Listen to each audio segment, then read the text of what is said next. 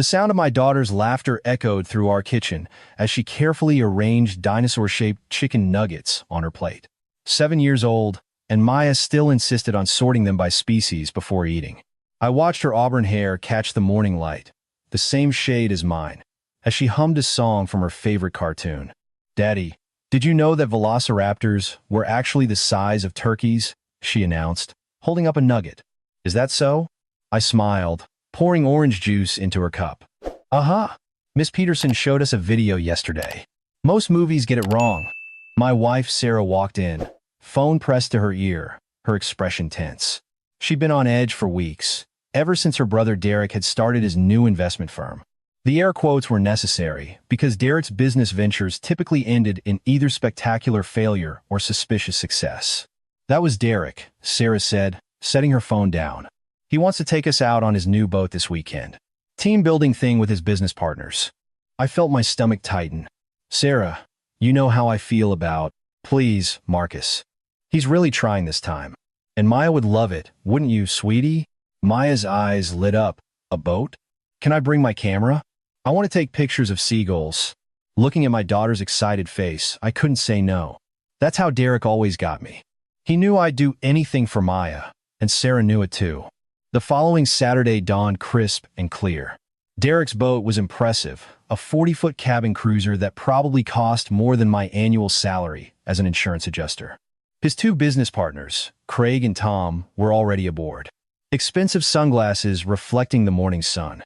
"Marcus, Sarah, come aboard," Derek's voice boomed across the dock. He was all white teeth and designer polo shirt, the same charm that had convinced countless people to invest in his schemes over the years. Maya scrambled onto the deck, her pink life jacket already fastened tight. I'd insisted on that before we even left the house. She immediately started taking photos with her tablet, chattering about composition and lighting in that intense way she had when something caught her interest. "She's quite the little photographer," Craig said, watching Maya zoom in on a pelican. "She notices everything," I replied, a note of pride in my voice. "Sometimes I think she sees the world more clearly than any of us." The boat pulled away from the marina, and I tried to relax. Maybe Sarah was right. Maybe Derek had finally found something legitimate. The ocean stretched endlessly blue around us, and Maya's delighted squeals as dolphins appeared alongside the boat made me think this might actually be a good day. 2 hours into the trip, Maya wandered off while the adults talked business. I was half listening to Derek pitch some cryptocurrency opportunity when she tugged on my sleeve. "Daddy, can you come see something?" Her voice was quiet, uncertain in a way that immediately put me on alert. Maya was never uncertain. "What is it, honey?" She led me to the cabin, glancing back at the others to make sure they weren't watching. On her tablet screen were photos of a laptop, left open in the cabin's sleeping quarters. The screen showed spreadsheets, columns of numbers that even I could see didn't match. "I was taking pictures of the boats inside, because the wood is really pretty," she whispered. "But I saw this, and these numbers don't make sense, Daddy. Look, this column says they received $5 million from investors, but this one shows they only have $2 million in accounts. Where did $3 million go?"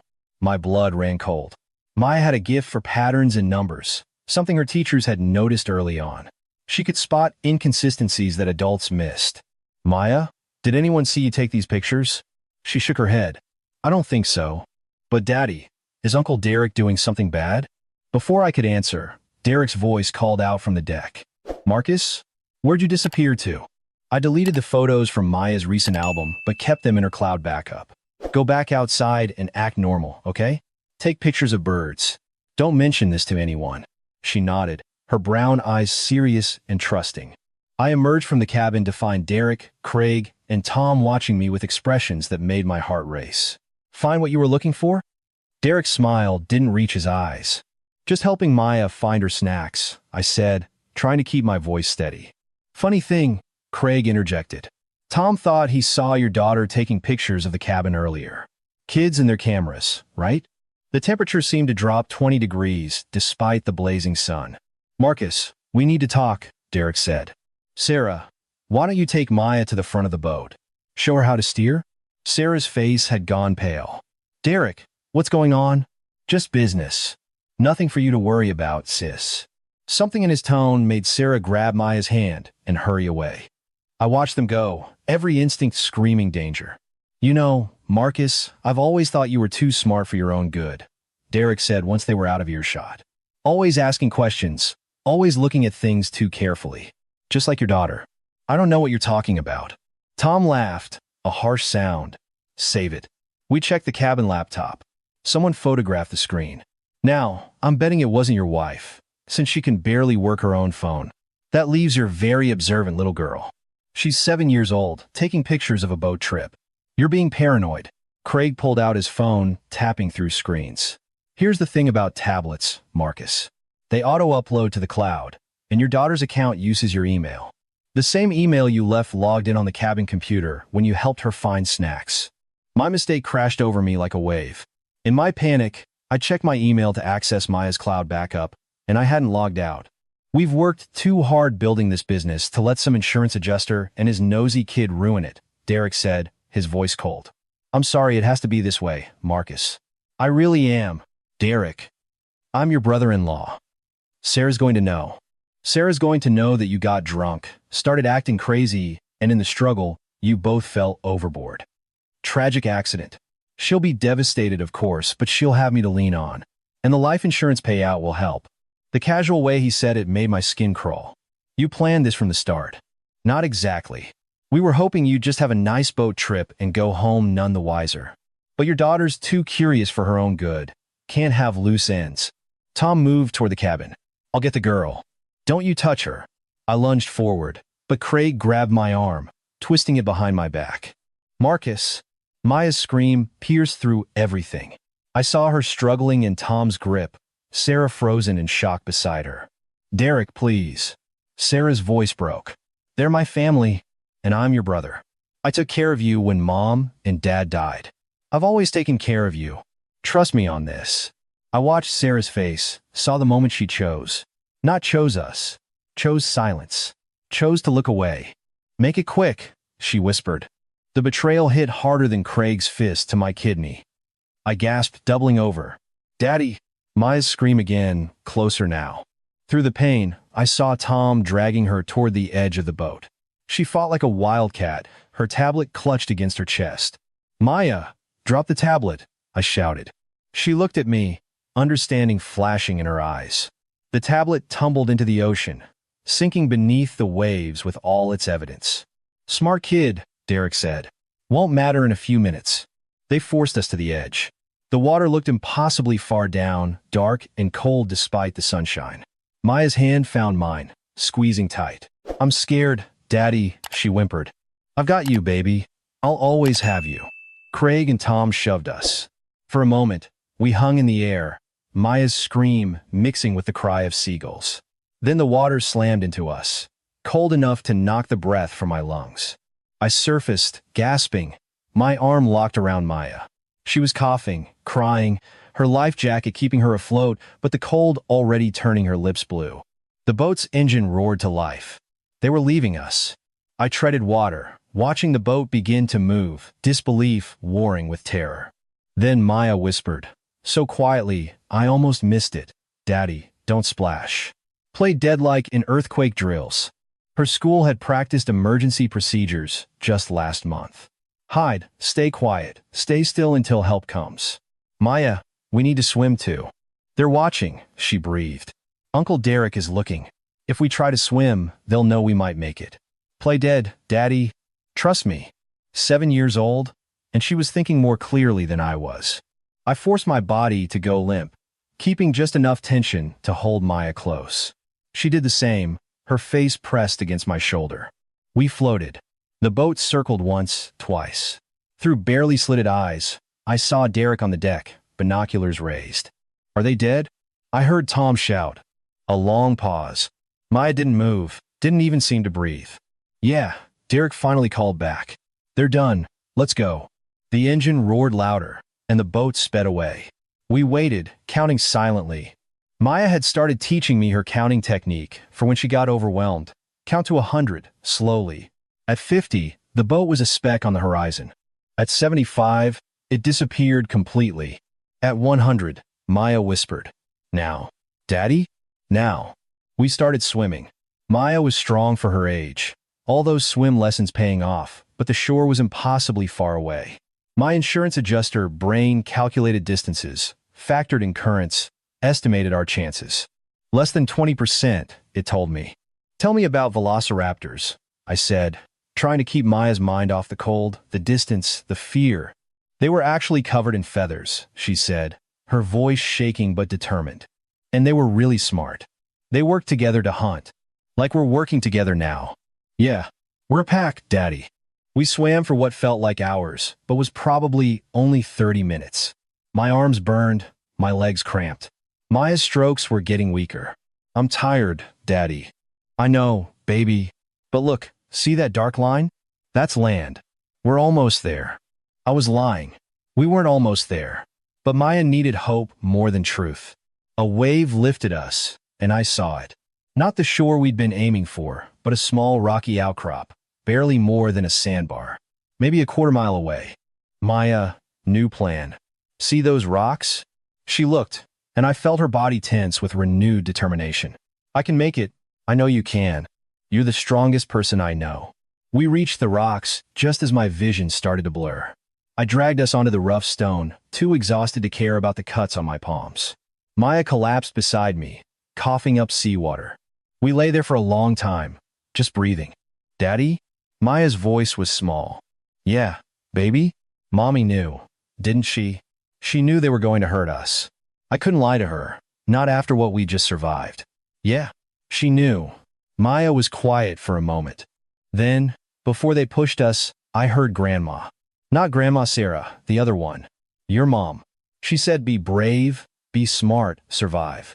That's why I knew we should play dead. My mother had died when I was 18. Maya had never met her, but I told stories, showed pictures. And in Maya's moment of terror, she'd found strength in a grandmother she'd never known. Grandma would be proud of you, I said, my voice breaking. She'd be proud of both of us. As the sun began to set, we saw a fishing boat in the distance. I pulled off my shirt, waving it frantically. Maya stood beside me, adding her high-pitched whistle, the one I'd taught her for emergencies. The boat turned toward us. Captain Rodriguez didn't ask many questions when he pulled two bedraggled people off the rocks. He wrapped us in blankets, gave us water, and radioed the Coast Guard. You folks are damn lucky, he said. Most people wouldn't survive an hour in that water. We're a pack, Maya said. Packs survive together. At the hospital, the police came. I told them everything while Maya sat beside me, holding my hand. When I got to the part about the photos, the detective's expression changed. The tablet is at the bottom of the ocean, I said. But everything was backed up to the cloud. Maya's account, my email. The detective made a call. 20 minutes later, he came back smiling. We've got forensic accountants looking at those spreadsheets now. Looks like your brother-in-law and his partners have been running a classic Ponzi scheme. They're $3 million in the hole, just like your daughter spotted. Maya perked up. I was right about the numbers? You were exactly right, young lady. You just helped us crack a major fraud case. The detective's phone buzzed. He read the message, his expression hardening. They just picked up Derek, Tom, and Craig at the marina. They'd been drinking, celebrating. Derek was bragging about how clean it all went. What about my wife? She's being brought in for questioning. Given her testimony about what she witnessed and her compliance, the DA will probably offer a deal if she cooperates fully. Sarah, my wife, Maya's mother, the woman who'd chosen to look away while her family was murdered. I don't want to see her, I said. Daddy? Maya's voice was uncertain. What about Mommy? How do you tell a 7-year-old that her mother chose money over her life? Right now, we focus on us, I said. You and me, we're going to be okay. The trial took 8 months. Derek, Craig, and Tom each got 20 to 25 years for attempted murder and fraud. Sarah testified against them, her voice mechanical as she recounted the events of that day. She got a plea deal, 5 years probation and supervised visitation with Maya. Maya refused to see her. Maybe when you're older, the therapist suggested. Maybe, Maya said, but I could hear in her voice that she'd already made her decision. We moved across the country, started fresh in Colorado. I got a new job with a fraud investigation firm. Turns out, surviving a murder attempt by fraudsters makes for a compelling cover letter.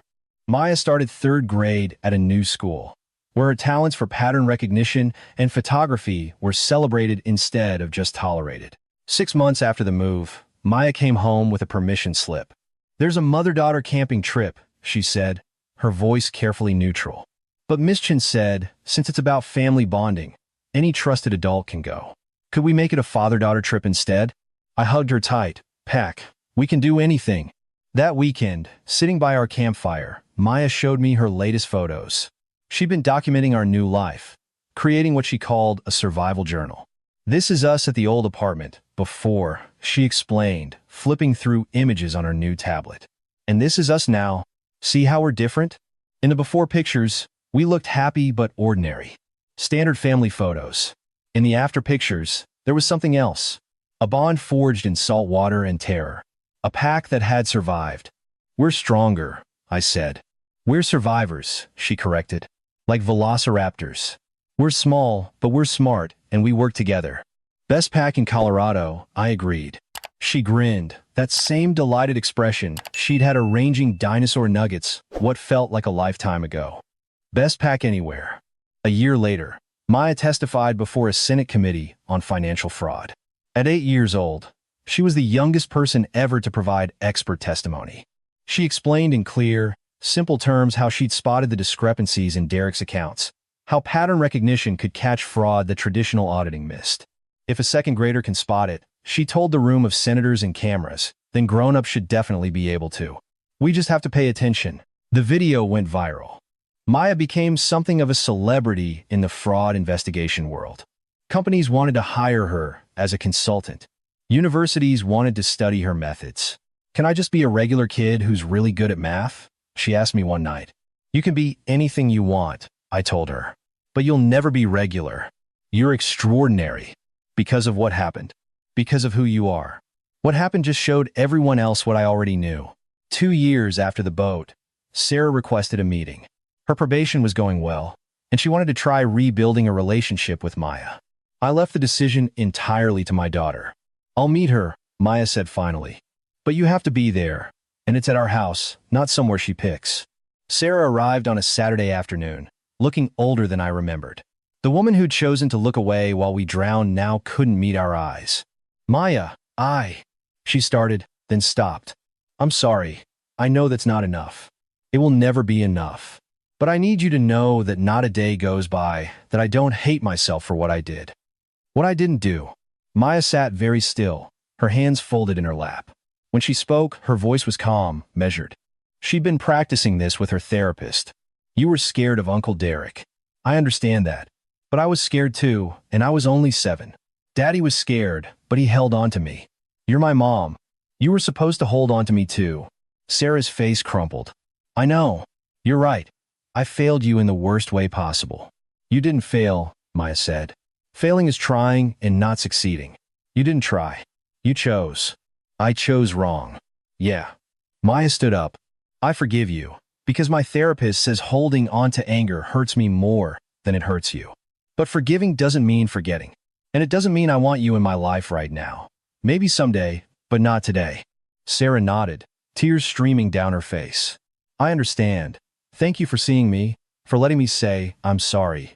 After she left, Maya climbed into my lap even though she was getting too big for it. "Was that okay?" she asked. "What I said. That was perfect. You were brave and honest. Grandma would be proud. You're proud too, right? Every single day, baby. Every single day." Maya's 10th birthday fell on a Saturday. We celebrated with her friends from school, a group of kids who appreciated her quirks instead of being put off by them. They had a photography scavenger hunt, and Maya's team won by finding creative solutions to every challenge.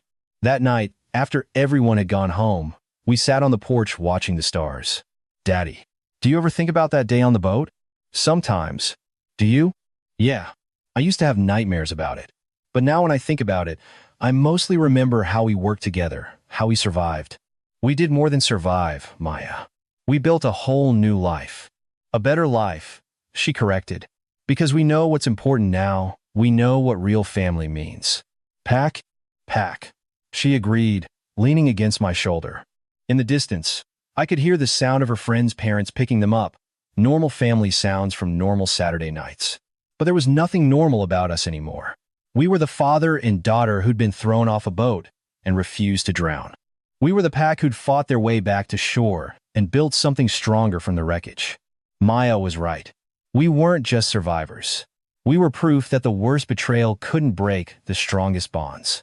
That a 7-year-old's wisdom could save 2 lives. That pack stick together, no matter what. "Hey, Daddy?" Maya said sleepily. "Yeah, baby?" If velociraptors were the size of turkeys, they were probably really cute. I laughed, the sound carrying into the Colorado night.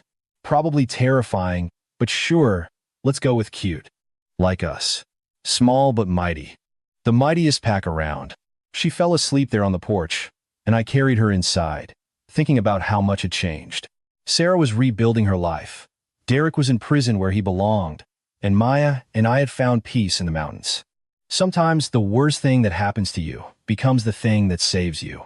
That boat trip destroyed our old life, but gave us something better, something real, something unbreakable. We were survivors. We were a pack, and we were exactly where we needed to be.